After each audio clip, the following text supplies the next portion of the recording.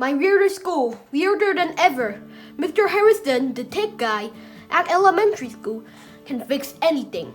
Computers, phone, pencil sharpeners. He can also build anything like a solar-powered umbrella. What a nerd! But when the power goes out in the school, everyone is yelling and screaming and freaking out in the dark. Can Mr. Harrison save the day? Today I'll read a book called Mr. Harrison Is Embarrassin. This is my Weirder School series, and this is the second book. The author is Dan Goodman, and the picture is by James Paylott. Let's go right into it. 1. School for Cavemen. My name is AJ, and I hate coffee. I do. Did you ever taste coffee? I tried it once, and I thought I was gonna throw up. My parents drink coffee every day with breakfast. What's up with that? If I don't get my cup of coffee in the morning, my dad said, I'm a mess. How can you drink that stuff? I asked him. It tastes like dirt. Well, it was just ground this morning, he replied, and then he slapped his knee and bent over laughing, even though he didn't say anything funny. That's a grown-up joke that isn't funny to kids, sort of like those dog whistles that humans can't hear. I was thinking about it. There must be some chemical in the brain that gets activated when you become a grown-up. Then suddenly, you start to drink coffee, eat vegetables, wear a tie, and go to craft fairs. There's no other way to explain why grown-ups willingly do any of that stuff. I was walking to school with my friends Ryan, Michael, and Neil. We called a new kid, even though he wears clothes.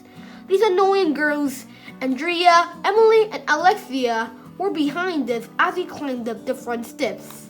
That's when I saw this big sign. Happy birthday elementary school, 50 years of teaching stuff. Wow, I didn't know it was the school's birthday, said Michael, who never ties his shoes. We should give the school a party, said Ryan, who will eat anything, even stuff that isn't food.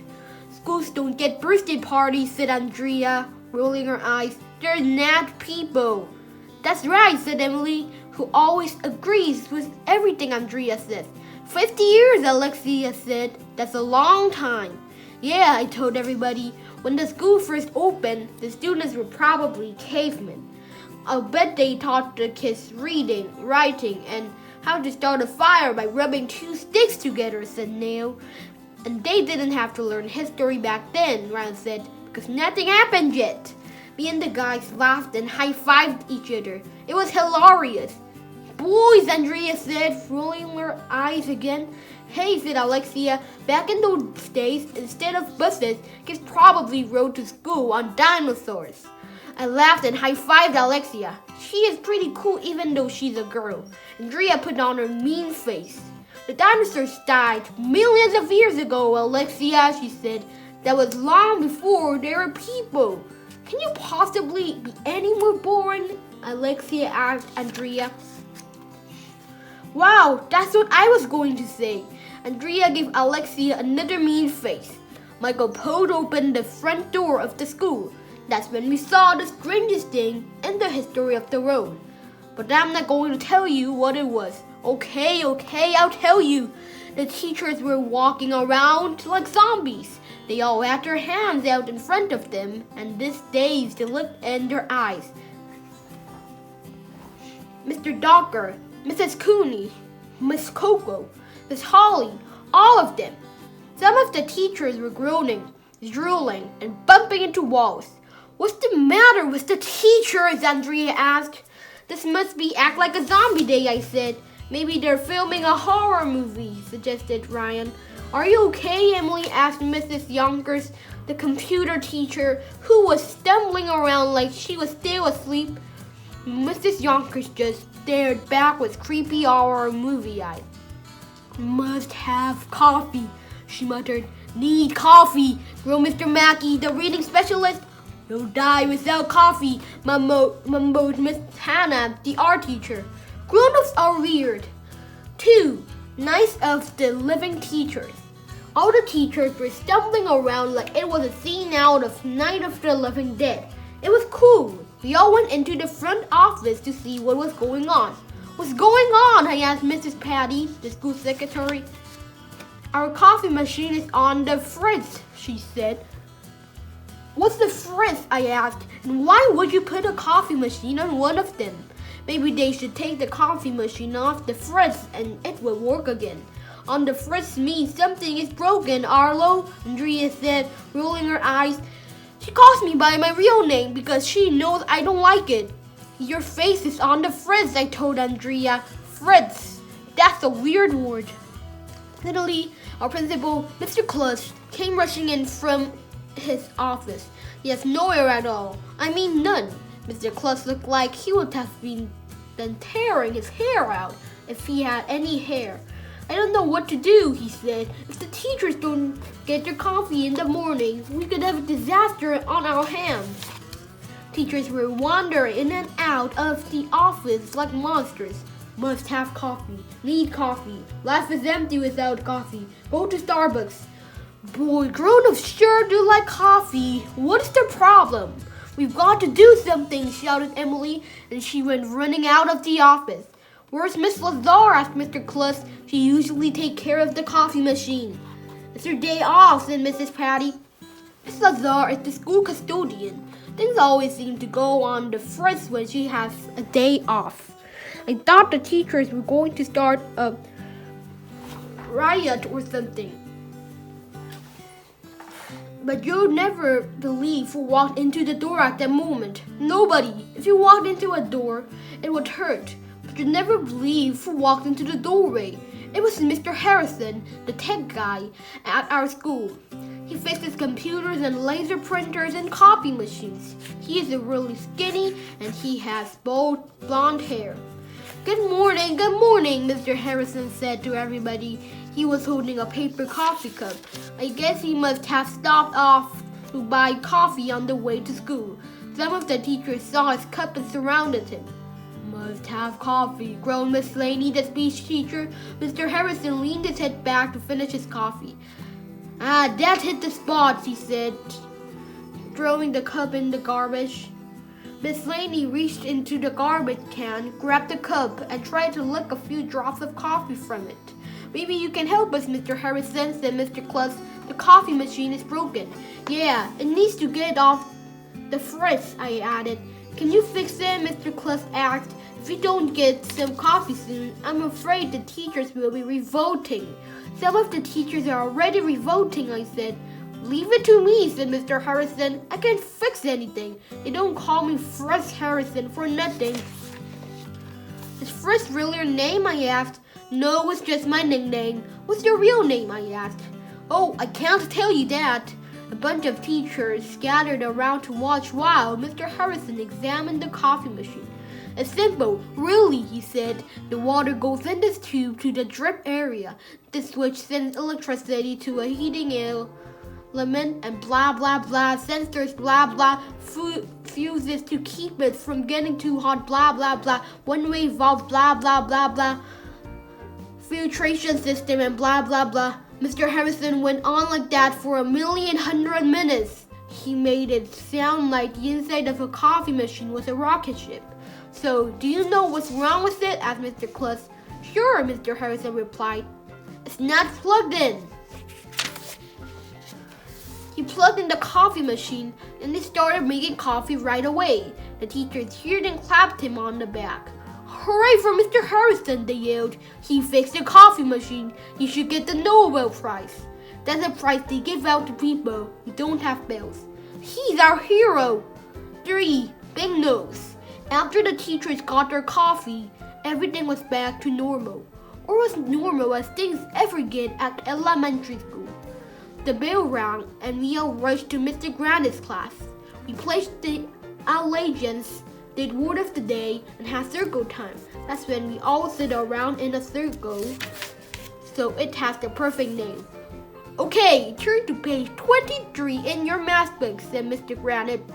We've been working on page 23 in our math book for 1,100,000 days.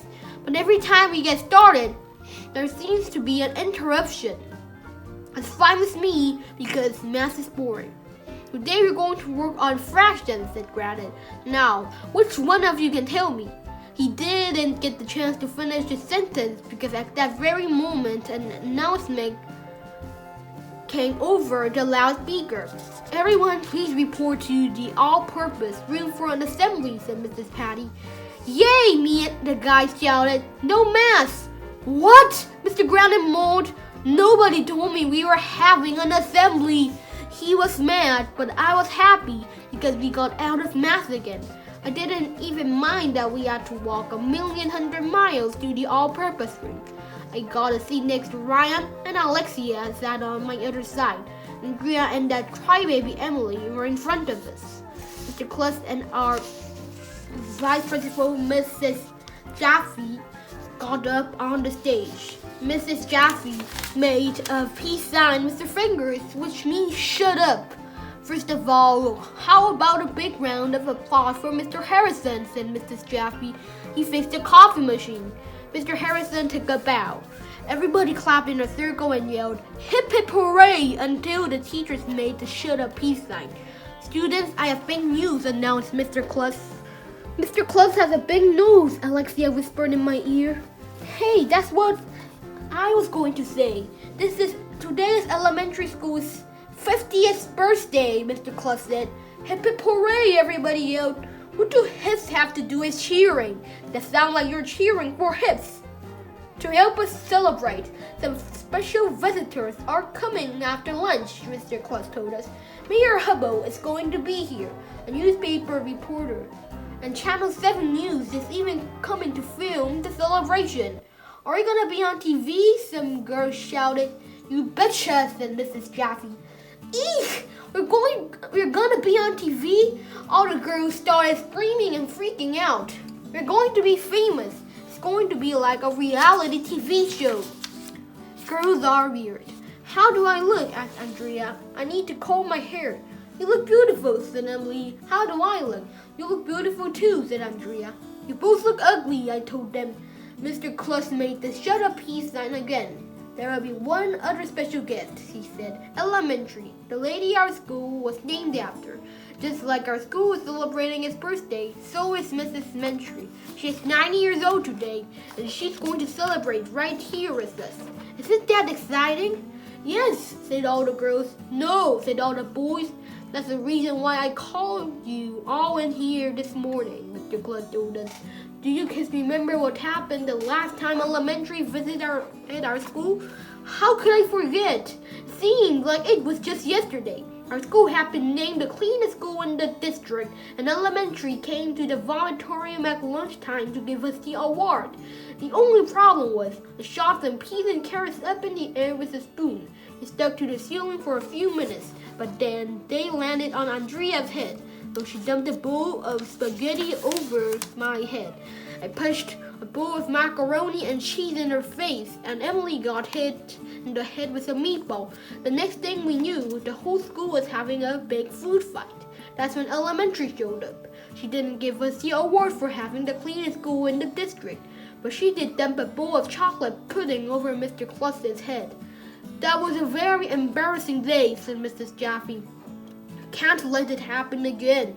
With the reporter and the camera crew coming, we need to show our school in the best possible light.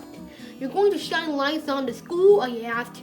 Maria turned around to roll her eyes at me. That means we need to be on our best behavior, Arlo, she whispered. To try it sometime. Oh snap, said Ryan. Mrs. Mentry doesn't like it when things get dirty, Mr. Cluss told us. Let's spend the rest of the morning cleaning up the school. I want this place to be as clean as a whistle when she arrives. Whistles aren't clean, I said to Alexia. Yeah, she replied.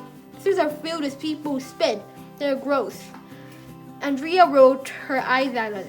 Clean as a whistle is an idiom, she said. You're an idiom, I told Andrea. Oh snap, said Ryan.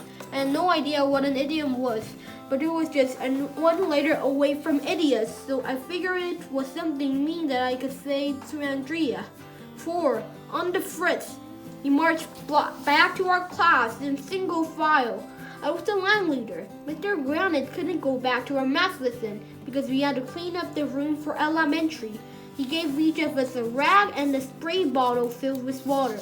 Andrea started singing the clean-up song. Clean up, everybody, everywhere, clean up, everybody do your share. You know, all the songs when you all learned in kindergarten or an elementary school or something. Except that me and the guys changed the line, even in your underwear.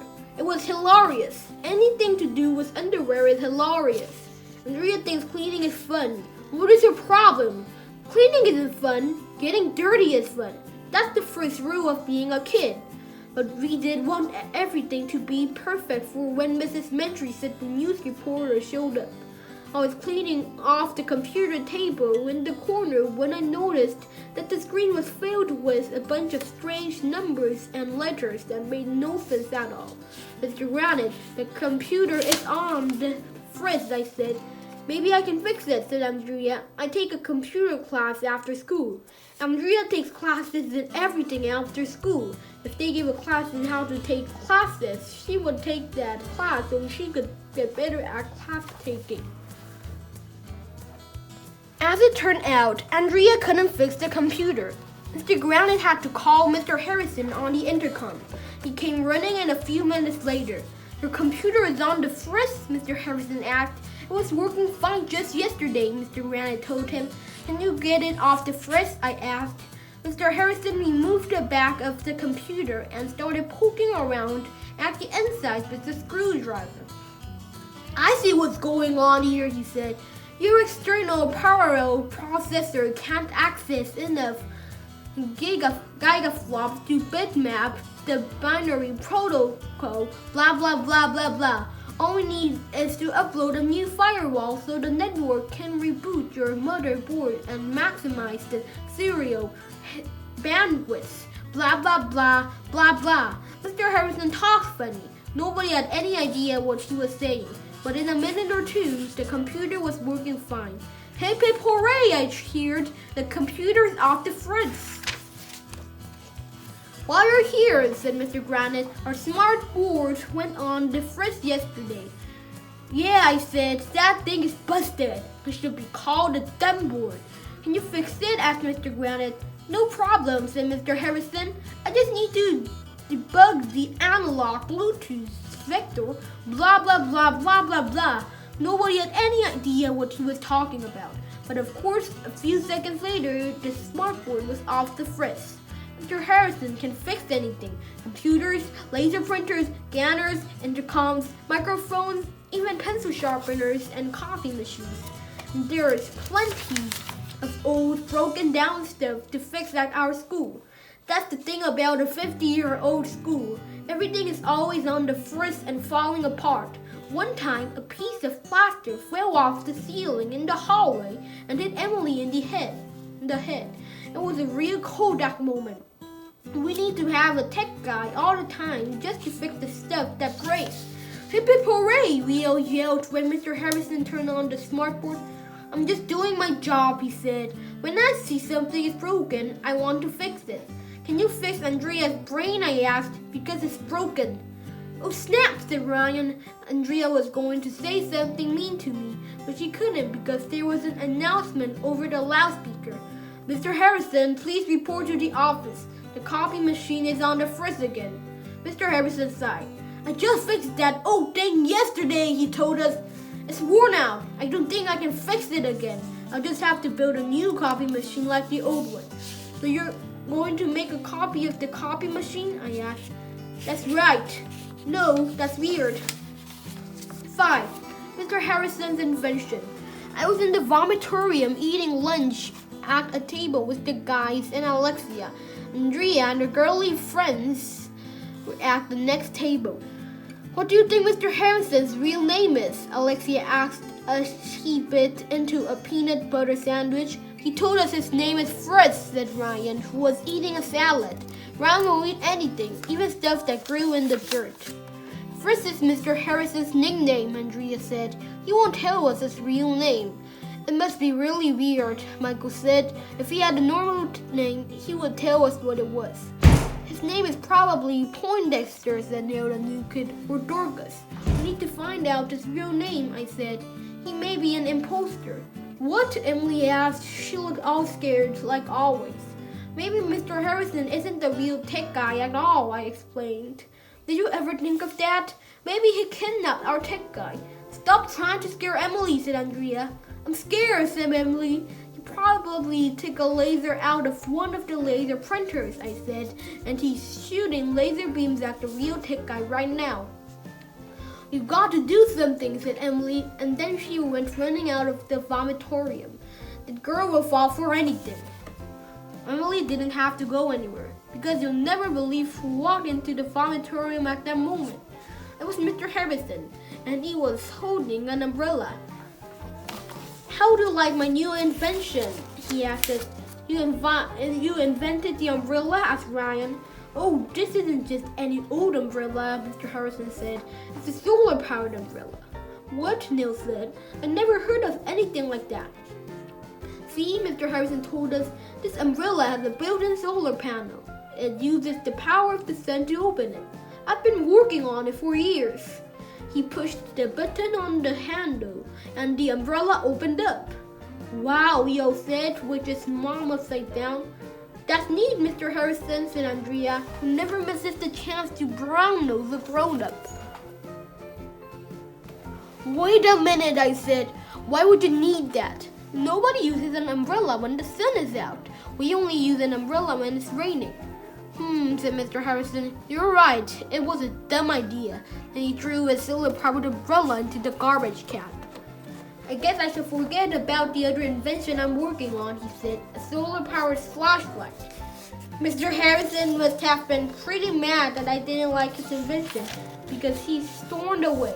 But as he turned around to leave, you'll never believe what happened. He slipped on some spilled juice and fell down. And when he fell down, you'll never believe what happened. His wallet fell out of his pocket. And when his wallet fell out of his pocket, you'll never believe what happened. I pounced on it.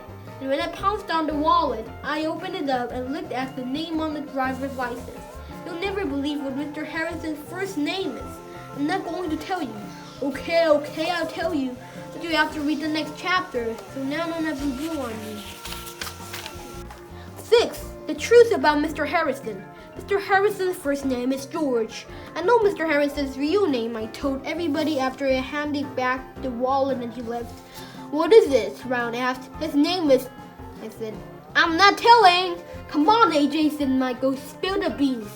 What do beans have to do with anything? I'll be your best friend, said Neil, the new kid. Arlo, what's Mr. Harrison's first name? Said Andrea. It's George, I said. George, said Alexia. That's not a weird name. I wonder why you wouldn't tell us his name was George, said Michael. George Harrison, said Andrea. Wait a minute. George Harrison was somebody famous. He was one of the Beatles. One of the what? Asked Neil, the new kid. The old rock group, dumbhead, said Michael. Oh yeah, my parents told me about the Beatles and I played this video game called Rock Band where we play Beatles songs. It's cool. Everybody knows who the Beatles were. Mr. Harrison was one of the Beatles? Asked Ryan. Wait a minute, Andrea said. George Harrison of the Beatles died a long time ago. He must have faked his death, I told her. Famous people do that all the time, you know. That doesn't make any sense, AJ, said Michael. Why would a big rock star fake his death and get a job as a tech guy in a school? He probably hated being famous, I told him. Celebrities get sick of signing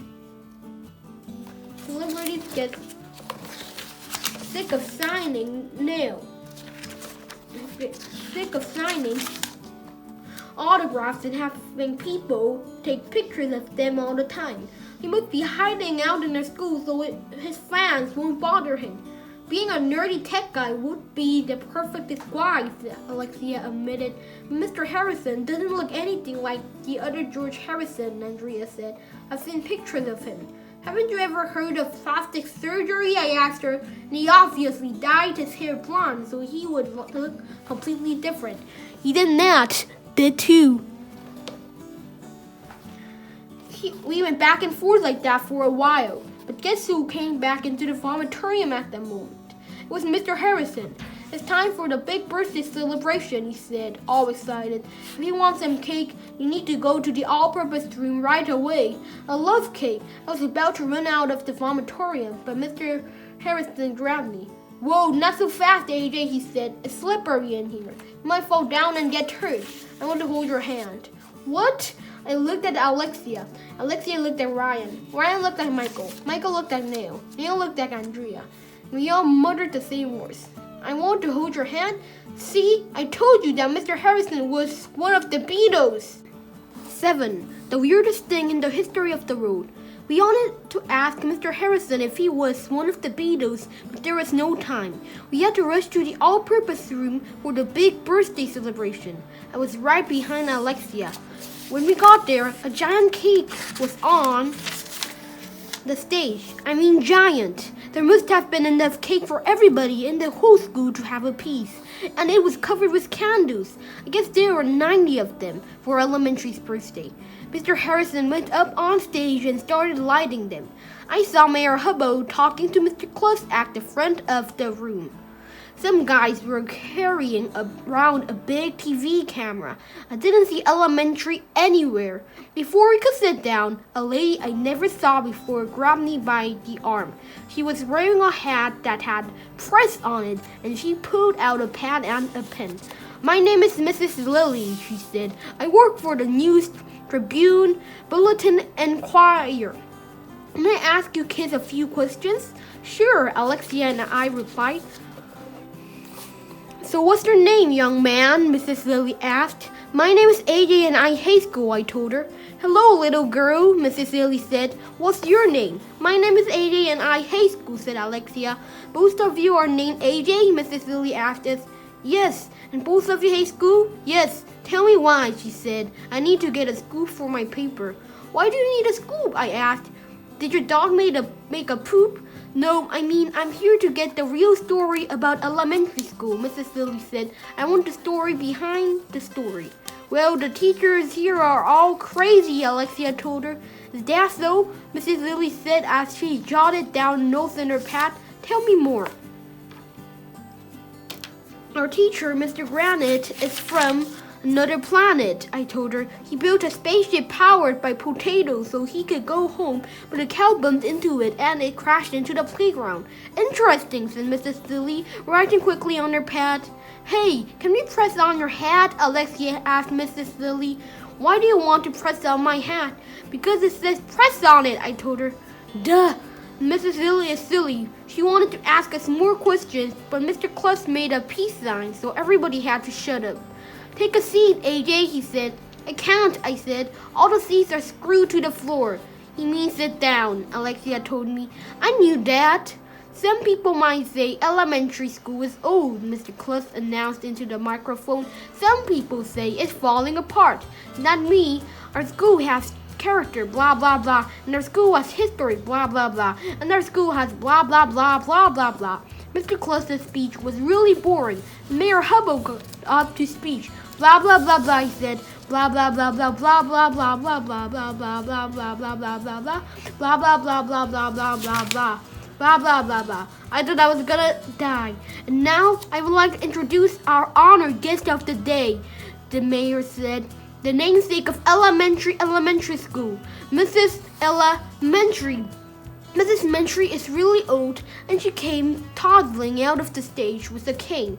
That lady is tiny. She was about the size of R2-D2 in Star Wars. Mr. Cluss adjusted the microphone so Elementary could reach it. I'm so happy your school was named after me, Mrs. Mentry told us, because when you get to be my age, you forget things. And if I ever forget my name, I know that all I need to do is walk down the street and see it in big letters on the side of the school. We weren't sure if Elementary was making a joke or not. Maybe she really does have to walk by her school to remember her name. We all laughed just to be on the safe side. You say it's your birthday, Elementary said. It's my birthday too.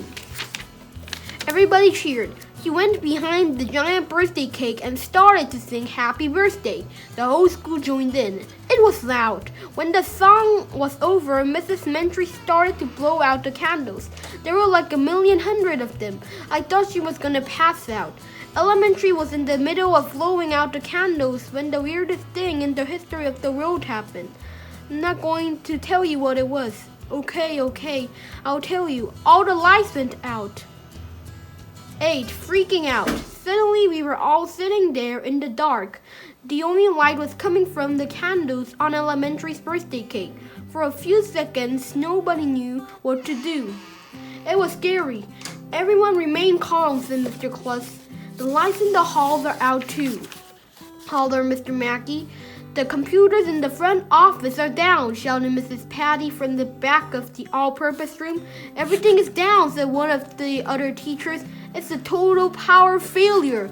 A blackout, said Mayor Hubbo. Oh no, when the parents find out, they'll blame it on me and I won't be reelected. Why is it that every time I come to visit your school, something bad happens? Asked Elementary.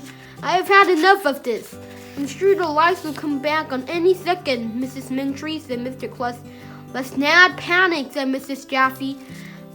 I'm afraid of the dark, whined one of the first graders. I want my mommy, yelled some other little kid. Sheesh, get a grip. It was like the first graders had never been in the dark before. Those kids should take a chill pill. The only problem was that as soon as one of those little first grade munchkins started crying, all the rest of the first graders started crying too. And once all the first graders started crying, the second graders started yelling and screaming. And once all the second graders started yelling and screaming, the third graders started freaking out. The world is coming to an end, shouted Michael. Run for your life, shouted Ryan. We're all going to die, I shouted, just for the fun of it. Mr. Kluss was probably making the shut up peace sign with his fingers, but nobody could see it because it was too dark. Mrs. Mentry, are you okay? Mr. Kluss shouted. No reply. Mrs. Mentry? Silence. You could hear a pin drop in there. That is, if there were any pins around, which there weren't. Mrs. Mentry, where are you? Asked Mayor Hubbo. Nothing. Where's Mrs. Mentry? Yelled Mr. Kluss. Where's Mrs. Mentry? Yelled Mrs. Jaffe. Where's Mrs. Mentry? Yelled Mr. Granite. Where's Mrs. Mentry? Everybody was yelling. Mrs. Mentry was gone. 9. The search party. When all the kids realized that Elementary was missing, they stopped crying and yelling and screaming and freaking out. Everybody was worried about Mrs. Mentry. I'm sure the lights will be back on any moment and you'll find Mrs. Mentry, said Mr. Kluss. For now, I need everyone to stay calm. Calm? Who can stay calm when all the lights are out and the 90-year-old lady the school is named after has disappeared?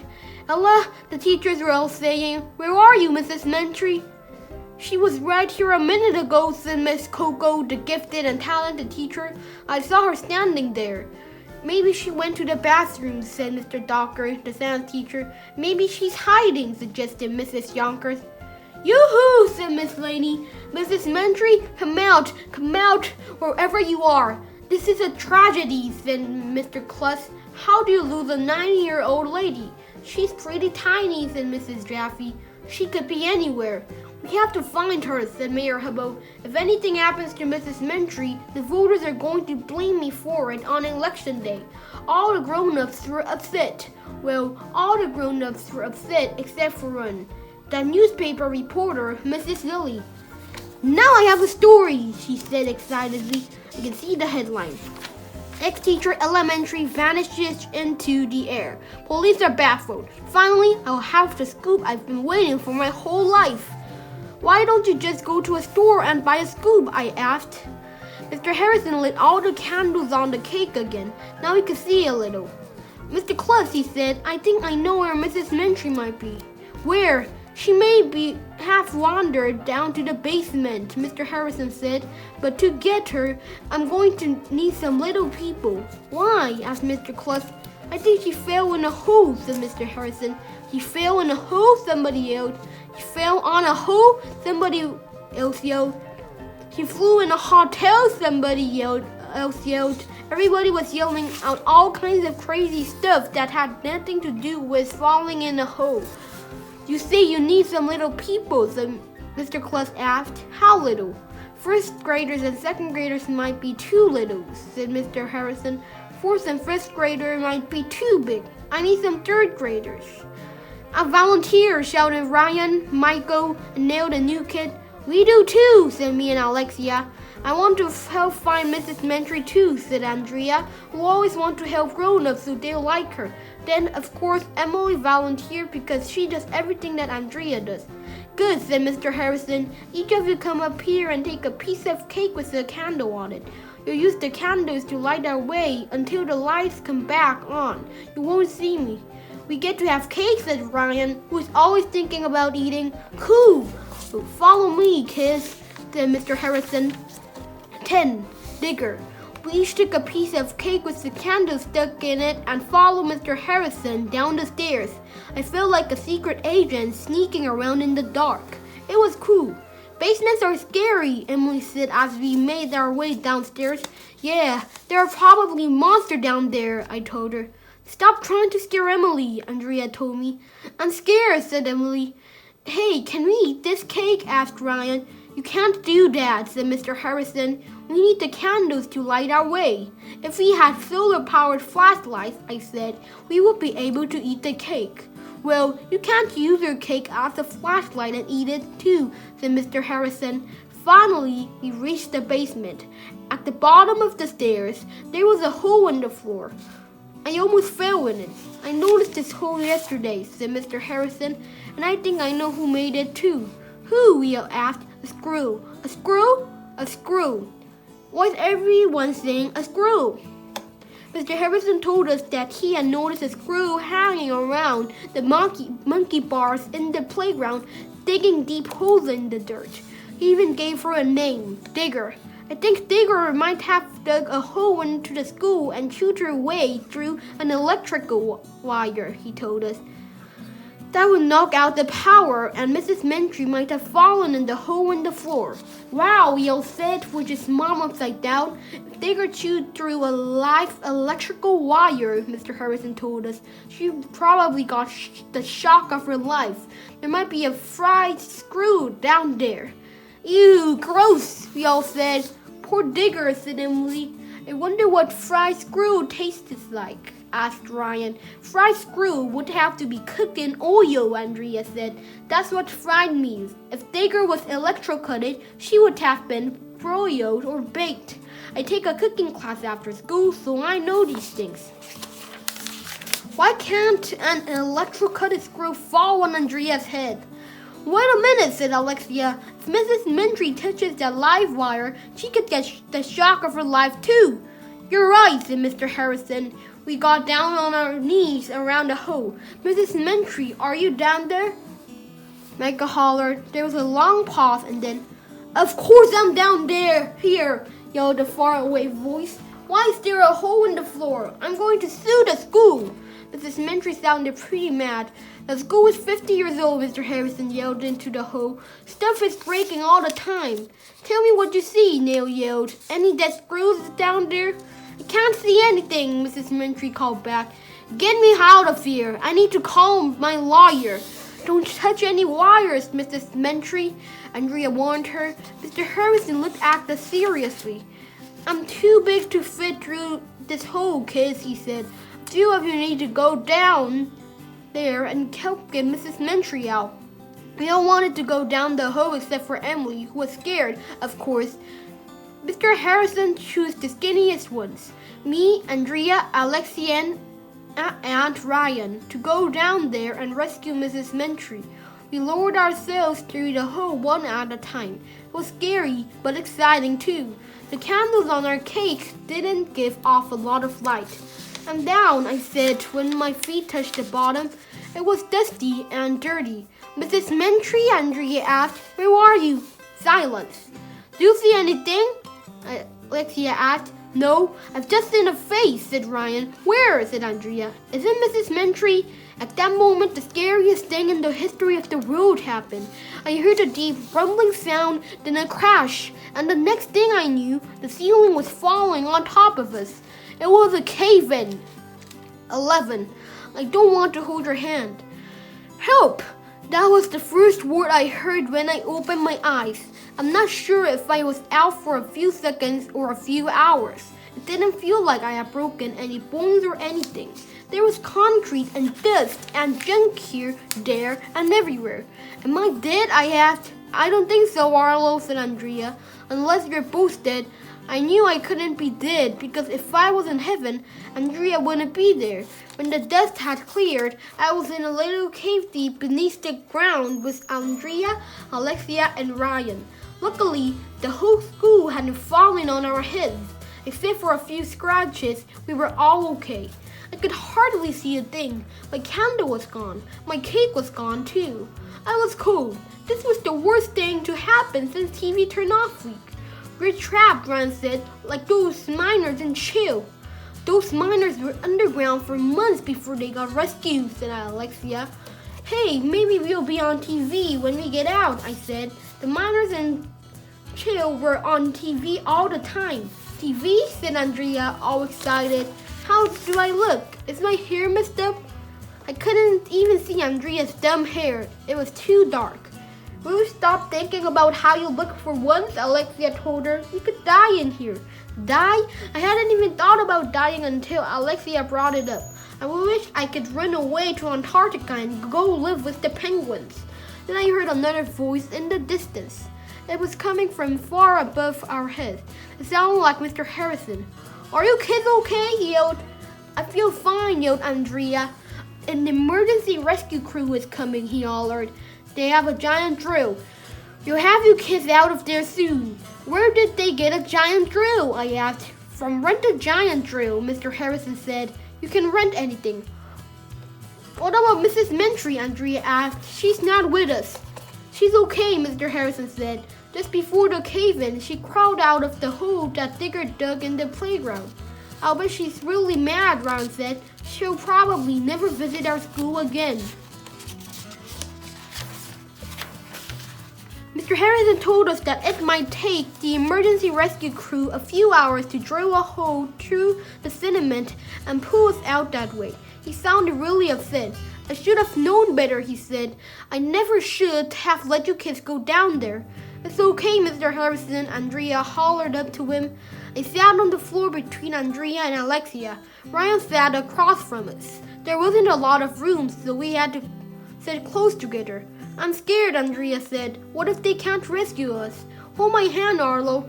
I'm not holding your hand, I told her. Hold Ryan's hand.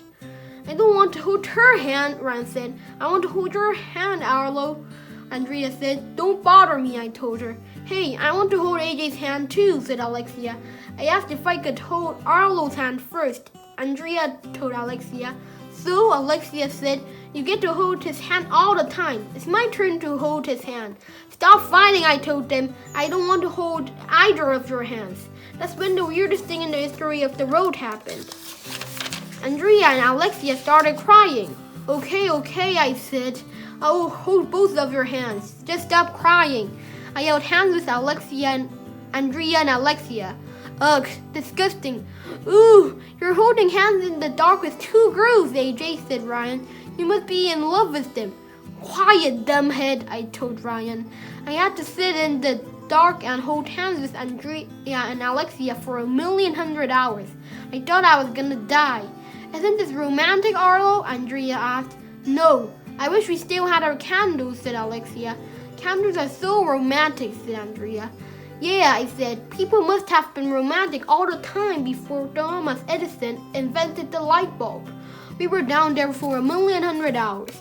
It didn't seem like we were ever going to be rescued. Arlo, Andrea said, do you want to know a secret? No. In case we don't make it out of here, I want to tell you something, said Andrea. Something I've been waiting to tell you for a long time. I don't want to hear it. She loves you, said Alexia. That's not what I was going to say. Andrea said. What I wanted to say was, but she didn't get the chance to finish her sentence because at that very moment, we heard a loud drilling sound above us. They're coming to rescue us, I shouted. We all cheered. Finally, I could let go of the girl's hand. The drilling got louder, and a few minutes later, we saw a little hole open up above our heads. Mr. Harrison put his eyeball against the hole. When are you going to get us out of here? I shouted up at him. Any time at all, he said. It won't be long. I'm fixing a hole. I'll get you. I will. We can work it out. I've got a feeling. All I've got to do. Mr. Harrison wasn't making any sense at all. What should we do? I asked. I need you, he said. See that big rock over there? Move it over to the side so the drill can get through. I tried to move the rock, but it was too heavy. I'm so tired, I groaned. Ron and the girls crowded over to help. Dig it, Mr. Harrison told us. Carry that weight. All together now. Don't let me down. All four of us pushed against the rock as hard as we could. Finally, with a little help from my friends, I was able to slide it out of the way. Okay, Mr. Harrison said. We're going to drill again. Wait, get back. We moved out of the way and the drill started up again. It was really loud. Pieces of cement were falling around us. It was scary and cool at the same time. And then suddenly the drill came through and we could see a big hole open above us. Light flooded in. We could hear all the kids upstairs cheering. Here comes the sun, I shouted. You're saved, Andrea yelled. We were about to climb up through the hole when I heard a noise in the corner. There was movement. What's that? Alexia asked. Maybe it's the fry screw, said Ryan. It's not a fry screw, said Andrea. It's a live screw. It's bigger. Eek! 12. Super screw. A live screw was staring at me no more than 2 feet away. Ryan, Andrea, Alexia, and I climbed out of that hole in the ground like our pants were on fire.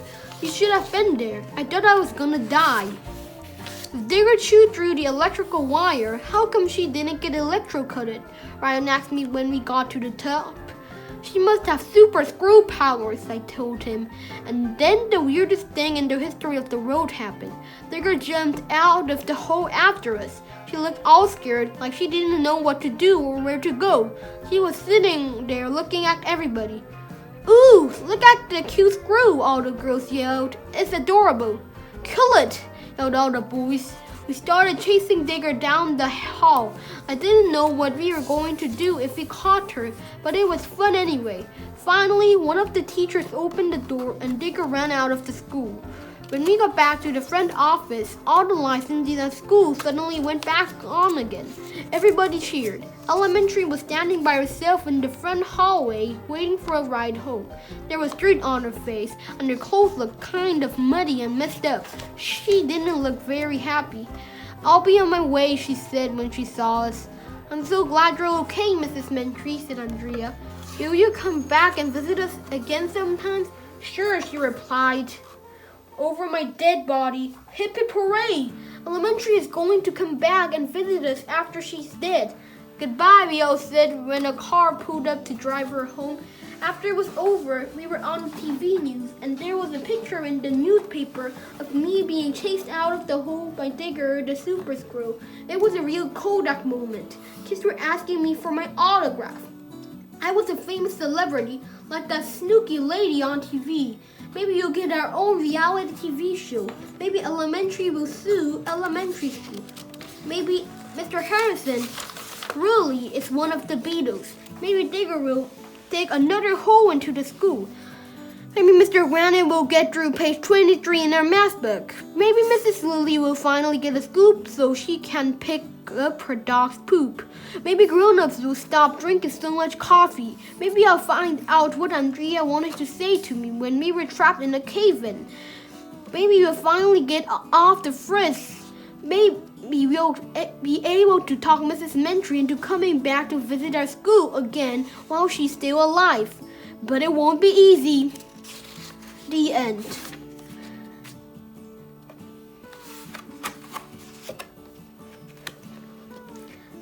thank you for watching this video. I really appreciate you for watching to the end, even if it is too long. And if you want more audiobook videos, make sure you click that subscribe button and get notified for videos. Still, I really appreciate it, and once again, thank you.